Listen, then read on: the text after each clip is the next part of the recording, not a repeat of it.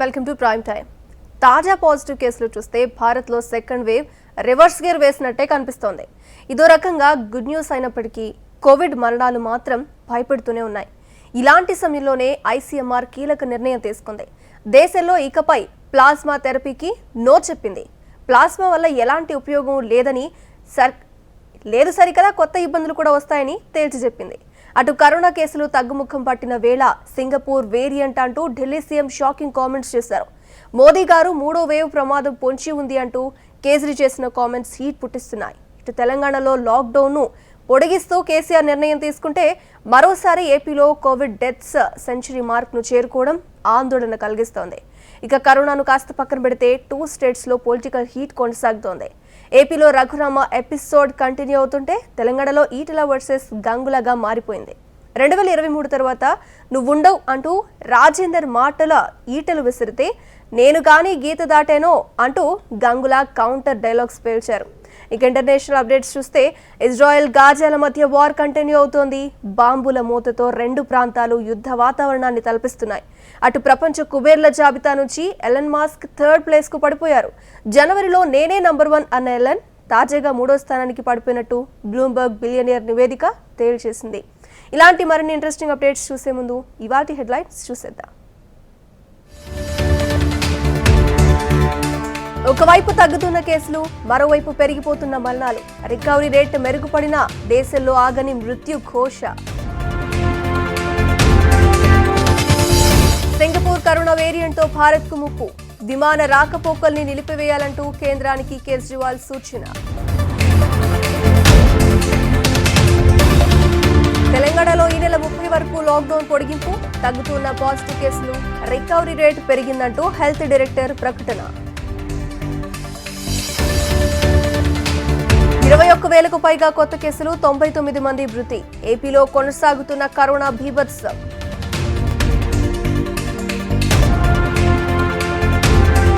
తెలంగాణలో ఆయుష్మాన్ భారత్ అమలుకు విధి విధానాలు ఖరారు. ఎంఓయూ మేరకు వైద్య సేవలు అందించాలని సీఎం కేసీఆర్ ఆదేశం. 23 నెలల పాలనలో ప్రతి పేదవాడికి అండగా నిలిచాం. ఆర్థిక ఇబ్బందులున్నా ఇచ్చిన హామీలు నిలబెట్టుకుంటున్నామన్న జగన్. బిడ్డా నేను వ్యక్తిగతంగా పోతే తట్టుకోలేవు. ఈటెల వార్నింగ్ కు స్ట్రాంగ్ రిప్లై ఇచ్చిన Gangula Kamalakar.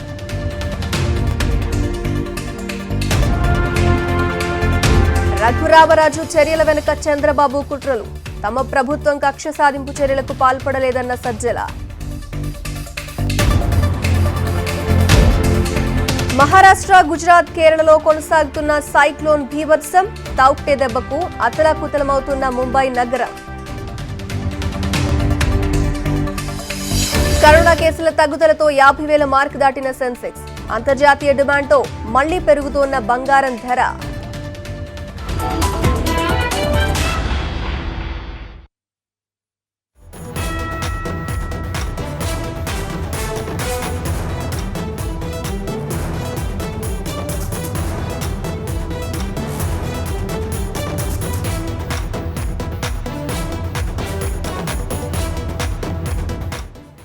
Breaking lockdown update. Corona కట్టడిలో తెలంగాణ ప్రభుత్వం మరో కీలక నిర్ణయం తీసుకుంది. ఈ నెల 30 వరకు లాక్డౌన్ పొడిగిస్తూ సీఎం కేసీఆర్ నిర్ణయం తీసుకున్నారు. ఈ నెల 21తో లాక్డౌన్ ముగియనుండడంతో నెలాఖరు వరకు పొడిగించారు. కేబినెట్ మంత్రులందరి అభిప్రాయాలను సేకరించిన తరువాత లాక్డౌన్ను ఈ నెల 30 వరకు పొడిగించాలని నిర్ణయం తీసుకున్నారు కేసీఆర్. రాష్ట్ర ఆదాయం కంటే ప్రజల ప్రాణాలే ముఖ్యమని భావించిన కేసీఆర్ ఈ నిర్ణయం తీసుకున్నారు. ఇందుకు సంబంధించిన జీవోను విడుదల చేయాల్సిందిగా సీఎస్ సోమేష్ కుమార్ను ఆదేశించారు. కరోనా నియంత్రణ కార్యక్రమాల్లో వైద్య సేవల పర్యవేక్షణలో భాగంగా మంత్రులు జిల్లాల్లో క్షేత్రస్థాయిలో బిజీగా ఉన్నందున ఈ నెల 20న ఉండాల్సిన కేబినెట్ మీటింగ్ను రద్దు చేసినట్టు సీఎంఓ ప్రకటన విడుదల చేసింది. డీటెయిల్స్ మా ప్రతినిధి ప్రవీణ్ అడిగి తెలుసుకుందాం. ప్రవీణ్ చెప్పండి, ఈ నెలాఖరు వరకు కూడా లాక్డౌన్ ఇప్పటికే ప్రకటించేశారు. అఫీషియల్ గా రావాల్సింది. ఇంకా ఈ కేబినెట్ లో కరోనాకు సంబంధించి కావచ్చు ఏమైనా డిస్కషన్స్ జరిగాయా, ఏమని తేలాయి? మౌలిక ఇప్పటివరకే తెలంగాణలో మాత్రం లాక్డౌన్ ని ఈ నెల 30 వరకు కూడా పొడిగిస్తూ సీఎం కేసీఆర్ నిర్ణయం తీసుకున్న పరిస్థితి మాత్రం ఉంది. మంత్రులందరూ కూడా ఇప్పటివరకే జిల్లాల్లో క్షేత్రస్థాయిలో బిజీగా ఉన్నారు. ఈ నేపథ్యంలో మాత్రం కేబినెట్ సమావేశాన్ని కూడా రద్దు చేయాలని చెప్పేసి కూడా ఇప్పటివరకే నిర్ణయం తీసుకున్నారు. ఇందుకు అనుగుణంగా ఇప్పటివరకే మంత్రులందరితో కూడా సీఎం కేసీఆర్ ఫోన్ లో మాట్లాడిన తర్వాత ఈ నెల 30 వరకు కూడా లాక్డౌన్ పొడిగిస్తున్నట్టు కూడా ఆ నిర్ణయం తీసుకున్న పరిస్థితి మాత్రం ఉందని చెప్పుకోవచ్చు. రేపు లేదంటే ఇవాళ రాత్రి కూడా దీనికి సంబంధించినంత వరకు ఆ జీవో కూడా విడుదల చేసే అవకాశాలు మాత్రం స్పష్టంగా కనిపిస్తున్నాయి. ఒక పక్క కరోనా కట్టడికి రాష్ట్ర ప్రభుత్వం తీసుకుంటున్న చర్యల్లో భాగంగా మంత్రులందరూ కూడా జిల్లాలకే పరిమితి ఇవ్వాలి, జిల్లాలో ఉన్న వైద్య శాఖ అధికారులతో సమీక్ష సమావేశాలు నిర్వహించాలని చెప్పేసి కూడా గత సమావేశాల్లో సీఎం కేసీఆర్ మంత్రులకు కూడా సూచనలు చేశారు. ఎమ్మెల్యేలు కూడా ఇప్పటివరకే ఆ జిల్లా ఆసుపత్రులతో పాటు నియోజకవర్గ ఆసుపత్రుల్లో కూడా పర్యటిస్తున్న ఆ పరిస్థితి మాత్రం ఉంది. కరోనా కట్టడికి ఇప్పటివరకే తెలంగాణ ప్రభుత్వం ఫీవర్ సర్వే కూడా చేస్తుంది. ఫీవర్ సర్వే ద్వారా మాత్రం చాలా వరకు కూడా కరోనాకు సంబంధించినంత వరకు పాజిటివ్ కేసులు కూడా అరకట్టే దిశగా కూడా రాష్ట్ర ప్రభుత్వం ముందుకెళ్తుందని చెప్పేసి కూడా భావిస్తుంది. దీంతో పాటుగా ఏదైతే కరోనాకు సంబంధించినంత వరకు తెలంగాణలో రోజు రోజుకు తగ్గుముఖం పడుతున్న నేపథ్యంలో ఇదే విధంగా లాక్డౌన్ ని కొనసాగిస్తే మాత్రం కరోనా కట్టడి పూర్తిస్థాయిలో మాత్రం చేసే విధంగా కూడా ఒక నిర్ణయం తీసుకున్న వాళ్ళ వంతు అని చెప్పేసి కూడా ఇప్పటివరకు రాష్ట్ర ప్రభుత్వం ఒక నిర్ణయానికి వచ్చిన పరిస్థితి మాత్రం ఉంది. అందులో భాగంగానే లాక్డౌన్ కూడా పొడిగిస్తూ కూడా రాష్ట్ర ప్రభుత్వం ఆ నిర్ణయం కూడా తీసుకుంది. కానీ కరోనా కట్టడికి సంబంధించినంత వరకు ఇంకా పూర్తిస్థాయిలో మాత్రం ఎలాంటి జాగ్రత్తలు తీసుకుంటారన్న దానిపై కూడా ఒక స్పష్టత రావాల్సిన పరిస్థితి మాత్రం ఉంది. ఇవాళ ఉదయం కూడా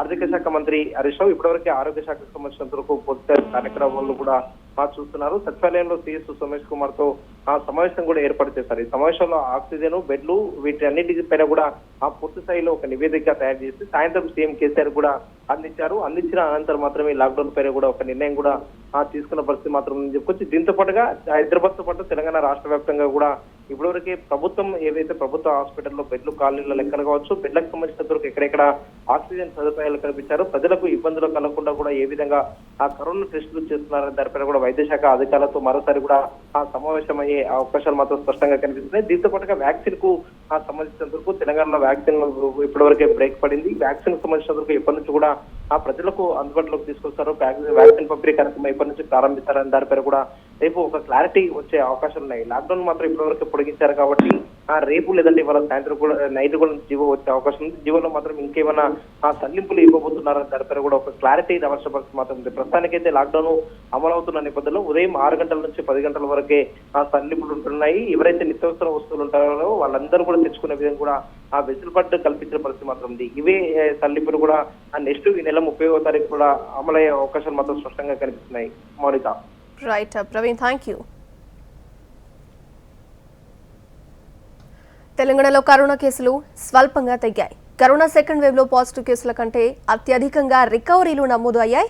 గడిచిన 24 గంటల్లో కోవిడ్ ను జయించి 5,186 మంది డిశ్చార్జ్ అయ్యారు. రాష్ట్ర వ్యాప్తంగా గడిచిన 24 గంటల్లో 71,616 శాంపిల్స్ సేకరించగా అందులో 3,982 మందికి పాజిటివ్ గా నిర్ధారణ అయింది. దీంతో రాష్ట్ర వ్యాప్తంగా కరోనా కేసుల సంఖ్య 5,36,000 దాటింది. కోవిడ్ తో మరో 27 మంది మృతి చెందారు. దీంతో మృతుల సంఖ్య 3,102కు చేరింది.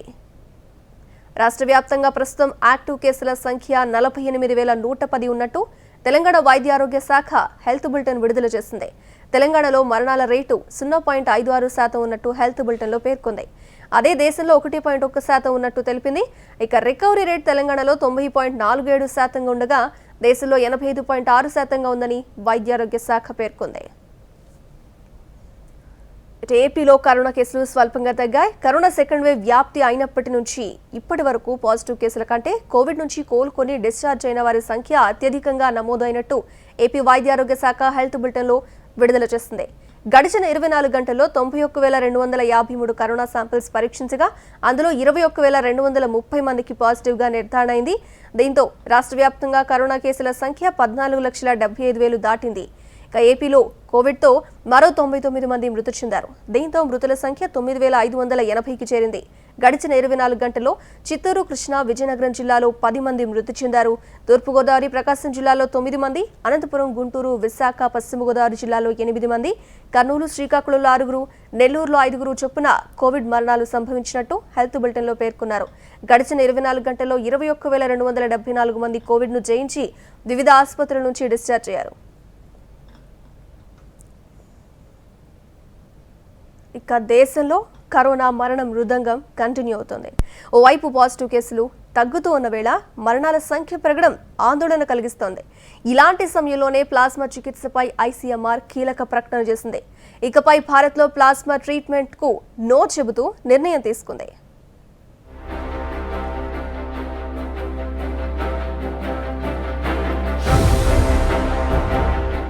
దేశంలో కరోనా మృత్యు ఘోష కొనసాగుతోంది. 24 గంటల వ్యవధిలో ఏకంగా 4,329 మంది కోవిడ్కు బలయ్యారు. కోవిడ్ కేసుల ప్రారంభం నుండి ఒక రోజులో ఈ స్థాయిలో మరణాలు నమోదవడం ఇది తొలిసారి. రోజువారీ కోవిడ్ కేసులు కాస్త తగ్గుముఖం పట్టడం ఊరటనిస్తోన్న మరణాల సంఖ్య మాత్రం ఆందోళన కలిగిస్తోంది. మరోవైపు కొత్తగా 2,63,533 పాజిటివ్ కేసులు నమోదయ్యాయి. తాజాగా నమోదైన కేసులతో మొత్తం కేసుల సంఖ్య 2,52,28,000కు చేరింది. ఇప్పటి వరకు 2,15,96,000 మంది బాధితులు కోలుకున్నారు. ఇక ఇప్పటి వరకు వైరస్ బారిన పడి 2,78,719 మంది మృత్యువాత పడ్డారు.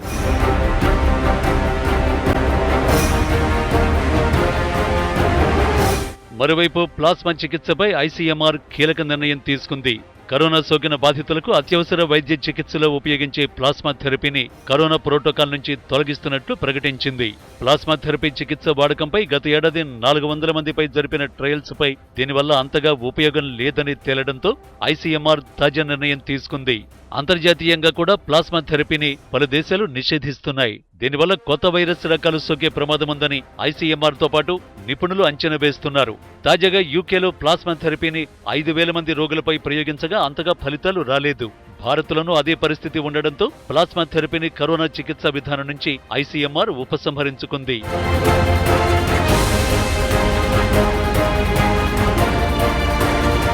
మరోవైపు దేశంలో రికవరీ రేటు పెరుగుతున్నట్లు కేంద్ర ఆరోగ్య కార్యదర్శి లవ్ అగర్వాల్ వెల్లడించారు. దేశంలో మే 3న 81.7% రికవరీ రేటు నమోదైందన్న లవ్ అగర్వాల్ తాజాగా 85.6%కి రికవరీ రేటు పెరిగినట్లు స్పష్టం చేశారు. అంతేకాకుండా గడిచిన 24 గంటల్లో 4,22,436 మంది కరోనా నుంచి కోలుకున్నట్లు వెల్లడించారు.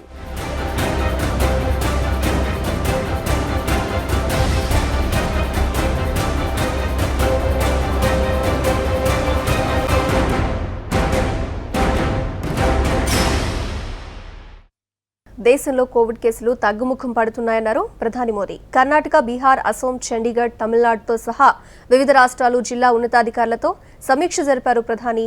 కంటైన్మెంట్ జోన్లు, టెస్టులను పెంచాలని సూచించారు. కోవిడ్పై విజయం సాధించాలంటే మరింత అప్రమత్తంగా పనిచేయవలసిన అవసరం ఉందన్నారు. जहां कोरोना संक्रमण पीक पर पहुंचने के बाद अब कम हो रहा है, उनके अनुभवों से सीखकर आप अपने जिलों में अपनी रणनीति को और मजबूत करते रहेंगे तो कोरोना के खिलाफ लड़ाई और एक जीवन बचाने की है, एक जीवन बचाने की है। हमारी जिम्मेदारी संक्रमण को फैलने से रोकने की भी है और ये तभी संभव है जब हमें संक्रमण की स्केल की सही जानकारी होगी. ఢిల్లీ సీఎం కేజ్రీవాల్ సంచలన వ్యాఖ్యలు చేశారు. సింగపూర్లో వెలుగులోకి వచ్చిన కొత్త వేరియంట్ మన దేశానికి ప్రమాదకరంగా మారే అవకాశం ఉందన్నారు ఆయన. ఒకవేళ సింగపూర్ వేరియంట్ భారత్లో ప్రవేశిస్తే థర్డ్ వేవ్కు దారితీసే ఛాన్స్ ఉందని హెచ్చరించారు. ఈ నేపథ్యంలో సింగపూర్ నుంచి వచ్చే విమానాలను రద్దు చేయాలని కేంద్రాన్ని కోరారు. అలాగే సింగపూర్ వేరియంట్ చిన్నపిల్లలకు చాలా హాని కలిగిస్తుందని కేజ్రీ వ్యాఖ్యానించారు. ఇలాంటి పరిస్థితుల్లో తక్షణమే సింగపూర్ ఫ్లైట్ రద్దు చేసి చిన్నపిల్లలకు కూడా వ్యాక్సినేషన్ చేపట్టాలని కేంద్రాన్ని కోరారు. భారత్లో వ్యాక్సినేషన్ పై సీరం సంస్థ కీలక ప్రకటన చేసింది. ప్రపంచంలోనే అత్యధిక జనాభా కలిగిన దేశాల్లో భారత్ ఒకటని, ఇలాంటి దేశాల్లో 2-3 నెలల్లో వ్యాక్సినేషన్ కుదరదని పేర్కొంది. వ్యాక్సినేషన్లో అనేక సవాళ్లు ఉన్నాయని చెప్పింది. ప్రపంచవ్యాప్తంగా వ్యాక్సినేషన్కు 2 నుంచి 3 ఏళ్ల సమయం పట్టే అవకాశం ఉందని అంచనా వేసింది. ఇప్పటివరకు 20 కోట్ల టీకా డోసులను సరఫరా చేశామని వెల్లడించింది. అమెరికా కంపెనీల కంటే తమకు 2 నెలలు ఆలస్యంగా అనుమతులు వచ్చాయని సీరం పేర్కొంది. ఏపీ అసెంబ్లీ బడ్జెట్ సమావేశం ఈ నెల 20న జరగనుంది. గతేడాది డిసెంబర్లో అసెంబ్లీ సమావేశాలు జరిగాయి. 2021-22 సంవత్సరానికి ఆర్థిక మంత్రి బుగ్గన రాజేంద్రనాథ్ రెడ్డి బడ్జెట్ ప్రవేశపెడతారు. అసెంబ్లీ సమయం ప్రారంభమయ్యే ముందు ఉదయం 8:30 ఏపీ కేబినెట్ భేటీ కానుంది. అనంతరం బడ్జెట్కి ఆమోదం తెలపనుంది. ఆ తర్వాత 9 గంటలకు అసెంబ్లీ మొదలు కానుంది. కరోనా కారణంగా మీడియాపై ఆంక్షలు విధించారు. 23 నెలల పరిపాలనలో ప్రతి పేదవాడికి అండగా సంక్షేమ పథకాలను అమలు చేస్తామని ఏపీ ముఖ్యమంత్రి వైఎస్ జగన్మోహన్ రెడ్డి అన్నారు. ఆర్థిక ఇబ్బందులున్నా కరోనా కష్టాలు వెంటాడుతున్నా ఇచ్చిన మాట మేరకు అన్ని వర్గాలను ఆదుకుంటామన్నారు. మత్స్యకార భరోసా పథకం కింద 3వ ఏడాది కూడా ఆర్థిక సాయాన్ని ఖాతాల్లో జమ చేసినట్టు సీఎం జగన్ తెలిపారు. ఇక మత్స్యకారులు, ఆక్వా రైతుల కోసం రాష్ట్ర వ్యాప్తంగా ఫిషింగ్ హార్బర్స్, ఆక్వా హబ్స్ నిర్మిస్తున్నట్టు ముఖ్యమంత్రి జగన్మోహన్ రెడ్డి ప్రకటించారు. ఈరోజు అక్షరాల 1,20,000 కుటుంబాలకు ఈ మూడవ ఏడాది వరుసగా ఈ ఒక్క ప్రోగ్రాం ద్వారానే దాదాపుగా 332 కోట్ల రూపాయల మేరకు నేరుగా బటన్ నొక్కి ప్రతి మత్స్యకార సోదరుడి కుటుంబానికి కూడా చేరవేరుస్తున్నామని చెప్పి కూడా సగర్వంగా ఈ సందర్భంగా మీ ఇంట్లో మీ అన్నగా, మీ ఇంట్లో మీ తమ్ముడిగా సగర్వంగా కూడా తెలియజేస్తా ఉన్నాను. ప్రతి పథకంలోనూ ప్రతి పేదవాడికి తోడుగా ఉండే కార్యక్రమాలు ఈ 23 నెలల పాలనలోనే చేయడం మీ బిడ్డగా సంతోషంగా చెప్తా ఉన్నాను. సంవత్సరానికి అక్షరాల 780 కోట్ల రూపాయలు రాష్ట్ర ప్రభుత్వానికి నష్టం జరుగుతూ ఉన్నా కూడా ఈ 2 సంవత్సరాలలో అక్షరాల 1,560 కోట్ల రూపాయలు కేవలం ఈ ఆక్వా సాగుకు కరెంటు ₹1.5కే ఇవ్వడం వల్ల ఆర్థిక భారం పడినా కూడా చిరునవ్వుతూనే మీ బిడ్డ నవ్వుతూ ఈ కార్యక్రమం చేశాడని కూడా ఈ సందర్భంగా సగర్వంగా కూడా తెలియజేస్తా ఉన్నాను. 8 ఫిషింగ్ హార్బర్లకు ఇక్కడ మన రాష్ట్రంలోనే వీళ్ళందరికీ కూడా కట్టించాలి అని చెప్పి ఒక దృక్పథంతో అడుగులు ముందుకు వేయడం జరిగింది. 80,000 మంది మత్స్యకార కుటుంబాలకు డైరెక్ట్గాను ఇండైరెక్ట్గాను ఉపాధి లభిస్తుంది దీనివల్ల అని చెప్పి ఈ కార్యక్రమంలో కూడా వేగంగా అడుగులు ముందుకు వేస్తూ ఉన్నాము. వేటకు వెళ్ళే మత్స్యకార సోదరుడు కూడా ఎట్టి పరిస్థితుల్లో నష్టపోకూడదు. వీళ్ళు తీసుకొచ్చిన వేటను కానీ, వీళ్ళు పండించిన ఆక్వా పంటకు కానీ సరైన గిట్టుబాటు ధరలు వీళ్ళకి ఖచ్చితంగా ఎల్లవేళలా అందుబాటులోకి రావాలి అనే ఉద్దేశంతో ఏకంగా 100కు పైగా ఆక్వా హబ్బులను రాష్ట్ర వ్యాప్తంగా కూడా నిర్మించేందుకు కార్యాచరణను కూడా చేశాం. ఒక్కొక్క హబ్బు కింద దాదాపుగా 120 రీటైల్ షాపులను కూడా పెట్టే కార్యక్రమం చేస్తూ ఉన్నాము. మత్స్యకార సోదరులందరికీ కూడా, కుటుంబాలకు అందరికీ కూడా మనస్ఫూర్తిగా కూడా మంచి జరగాలని దేవుణ్ణి ప్రార్థిస్తూ, దేవుడు దయతో ఇంకా మంచి కార్యక్రమాలు చేసే అవకాశం దేవుడు నాకు ఇవ్వాలని చెప్పి మనసారా కూడా కోరుకుంటూ ఈ కార్యక్రమానికి శ్రీకారం చుడతా ఉన్నాం. నర్సాపురం ఎంపీ రఘురామకృష్ణరాజు వైసీపీ గుర్తుపై గెలిచి పార్టీ వ్యతిరేకంగా కార్యక్రమాలకు పాల్పడ్డారని ఏపీ ప్రభుత్వ సలహాదారుడు సజ్జల రామకృష్ణారెడ్డి ఆరోపించారు. ఏడాదిగా సీఎం జగన్ కు వ్యతిరేకంగా కుట్రలు చేశారన్నారు. రఘురామ అరెస్ట్ రాత్రికి రాత్రి జరిగింది కాదని స్పష్టం చేశారు. రఘురామపై చర్యలు తీసుకోవాలని లోక్సభ స్పీకర్ కు 10 నెలల క్రితమే ఫిర్యాదు చేశామన్నారు. రఘురామను అడ్డం పెట్టుకుని చంద్రబాబు కుట్రలు చేస్తున్నారని వెల్లడించారు. టీడీపీ అడ్డదారుల్లో ప్రభుత్వాన్ని అస్థిరపరచాలని చూస్తుందని తెలిపారు. పాదాలకు గాయాలయ్యాయని కొత్త డ్రామాకు తెరతీశారని సజ్జల విమర్శించారు. వస్తున్న కంప్లైంట్లను బట్టి దాని మీద సిఐడి సుమోటోగా రిజిస్టర్ చేసిన కేసు వల్ల ఈ పరిస్థితి వచ్చింది.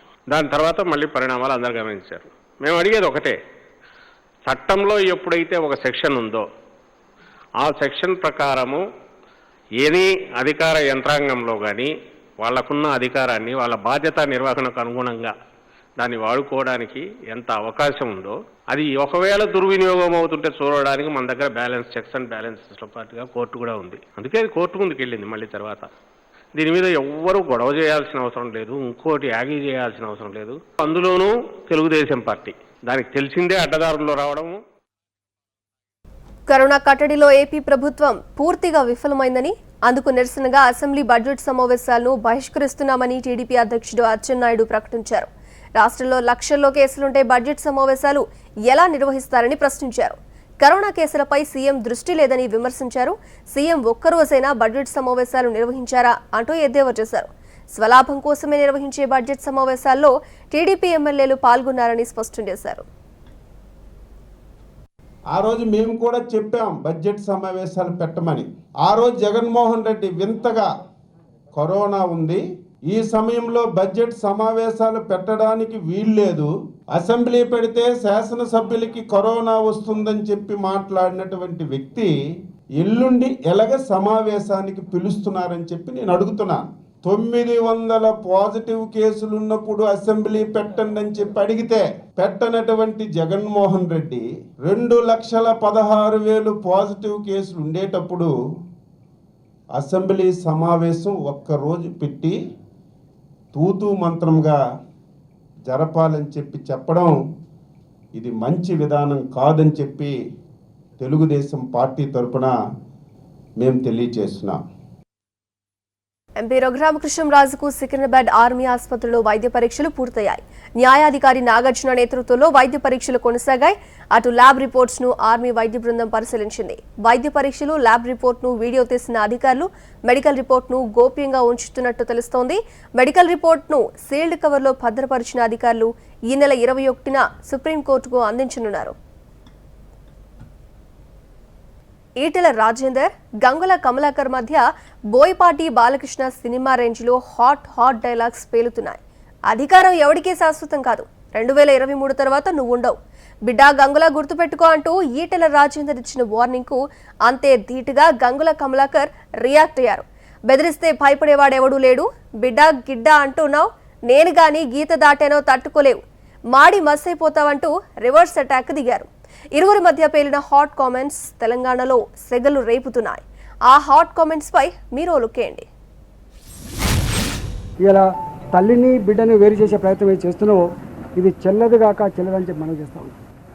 ఇవాళ మీరు ఎవరినైతే భయపెట్టించి ప్రలోభపెట్టి మీకు ఇది ఇస్తాం అది ఇస్తామని చెప్పిందో తాత్కాలికంగా నీ దగ్గర నీకు కొట్టొచ్చు, కానీ వాళ్ళ హృదయాలు మాత్రం ఘోషిస్తూనే గుర్తుపెట్టుకోండి.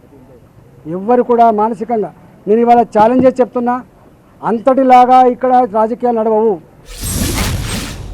నీ కార్యకర్తలు అమ్ముడు పోయే వ్యక్తులుగా ఉంటున్నా టీఆర్ఎస్ పార్టీ నాయకులు, వాళ్ళు గొర్రెలుగా అంటున్నావు, వాళ్ళు గొర్రెలా?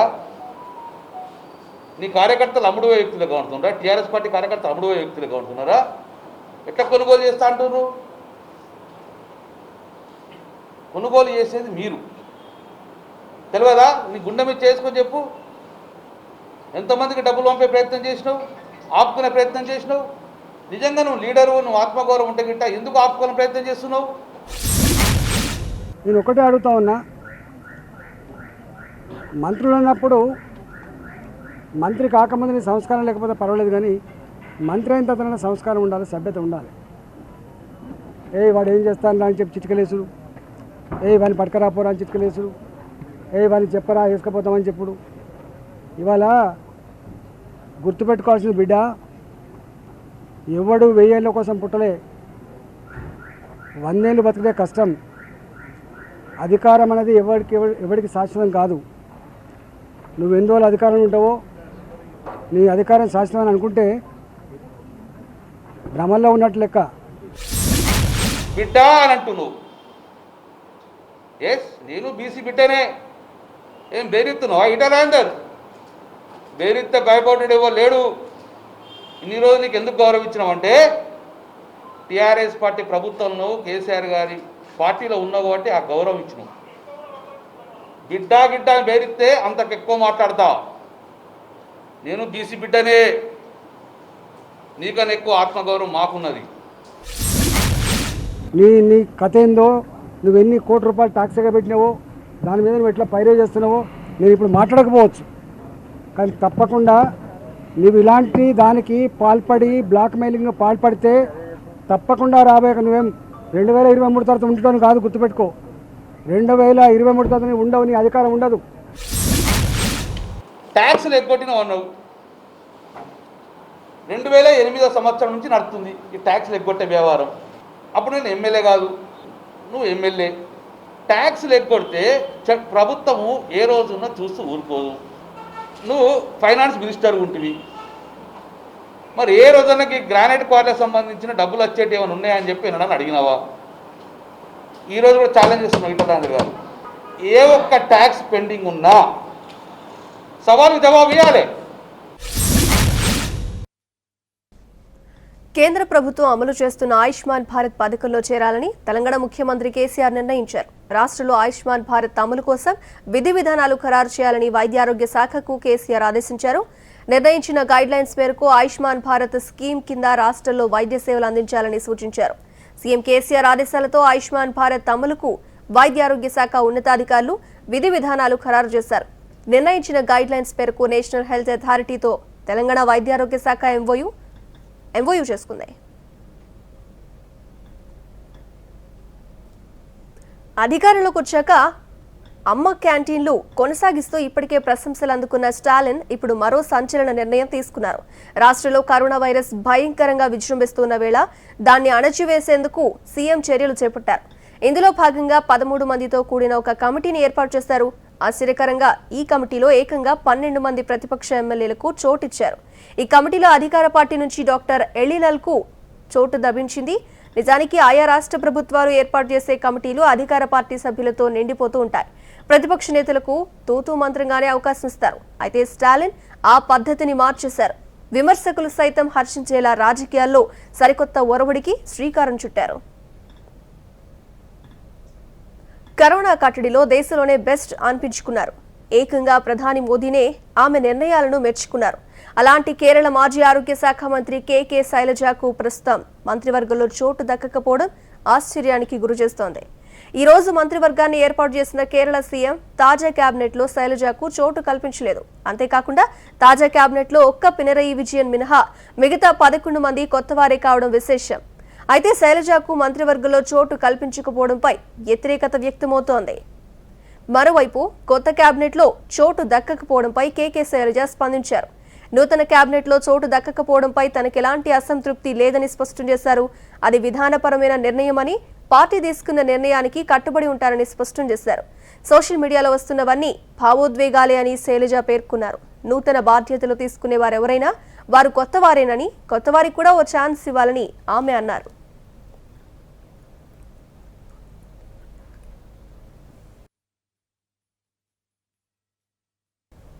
గాజాపై దాడుల విషయంలో ఇజ్రాయెల్ వెనక్కు తగ్గేలా కనిపించడం లేదు. హమాస్ నేతలు స్థావరాలు లక్ష్యంగా ఇజ్రాయెల్ సైన్యం వైమానిక దాడులను మరింత ఉధృతం చేసింది. గాజా స్ట్రిప్ పై బాంబుల వర్షం కురిపించిన ఇజ్రాయెల్ 15 కిలోమీటర్ల మేర హమాస్ సొరంగాలను ధ్వంసం చేశామని, 9 మంది హమాస్ కమాండర్లకు చెందిన భవనాలను నేలకూల్చామని ప్రకటించింది. ఇజ్రాయెల్ తాజా దాడుల్లో గాజాలోని హమాస్ అగ్రనేత ఒకరు హతమయ్యారు. తమ దేశంపై వేలాది రాకెట్ల దాడికి అతడే సూత్రధారి అని ఇజ్రాయెల్ ఆరోపిస్తోంది. మరోవైపు ఇజ్రాయెల్ దాడుల్లో ఇప్పటి వరకు 200 మంది పాలస్తీనియన్లు మరణించారని, వీరిలో 59 మంది చిన్నారులు, 35 మంది మహిళలు ఉన్నారని గాజా ఆరోగ్య శాఖ ప్రకటించింది. హమాస్ దాడుల్లో ఇప్పటి వరకు 8 మంది ఇజ్రాయెల్ పౌరులు ప్రాణాలు కోల్పోయారు. ఇజ్రాయెల్ సైన్యం దాడుల్లో తమ నగరంలోని రహదారులు, ఇతర మౌలిక సదుపాయాలు తీవ్రంగా దెబ్బతిన్నాయని గాజా మేయర్ వెల్లడించారు. ఇళ్లు ధ్వంసం కావడంతో 2500 మంది నిరాశ్రయులయ్యారు. ఈ దాడులు ఇలాగే కొనసాగితే పరిస్థితి మరింత దారుణంగా మారుతుందని ఆందోళన వ్యక్తం చేశారు. ప్రపంచ కుబేరుల జాబితాలో టెస్లా అధినేత ఎలాన్ మస్క్ 3వ స్థానానికి పడిపోయారు. ఇప్పటి వరకు ఎలాన్ మస్క్ కొనసాగిన 2వ స్థానంలోకి LVMH సంస్థ అధినేత బెర్నార్డ్ ఆల్టార్ట్ వచ్చారు. బ్లూంబర్గ్ బిలియనియర్ నివేదిక ప్రకారం జనవరిలో ప్రపంచ అపర కుబేరుడిగా మొదటి స్థానంలోకి వచ్చారు మస్క్. అయితే కొద్ది రోజులకే మళ్లీ 2వ స్థానంలోకి పడిపోయారు. జనవరి నుంచి నేటికి మాస్క్ సంపాదనలో 24% తేడా ఉందని బ్లూంబర్గ్ బిలియనియర్ నివేదిక పేర్కొంది.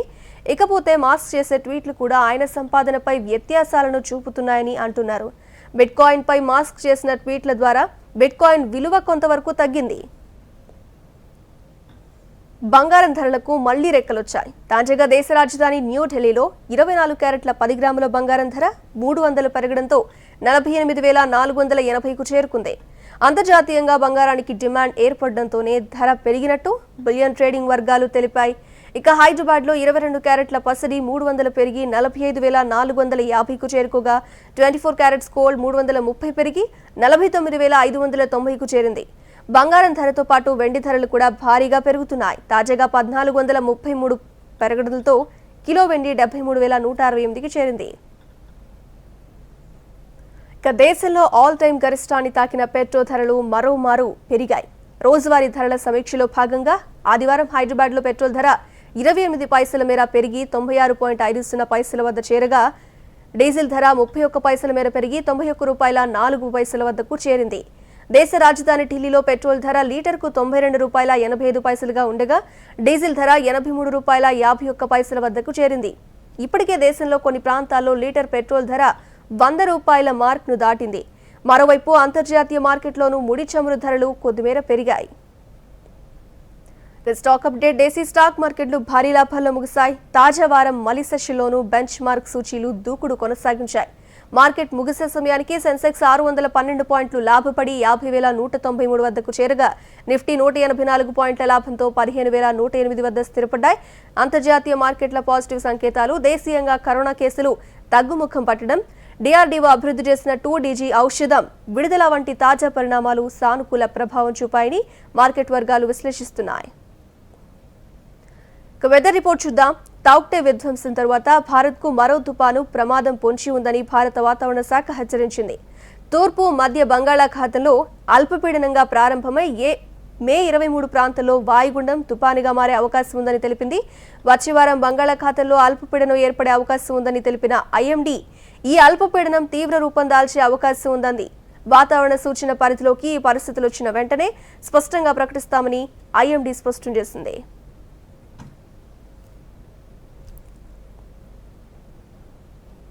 ఇవి ఇప్పటి వరకున్న bulletin update. Keep watching HM TV. వార్త ఆగదు, నిజం దాగదు.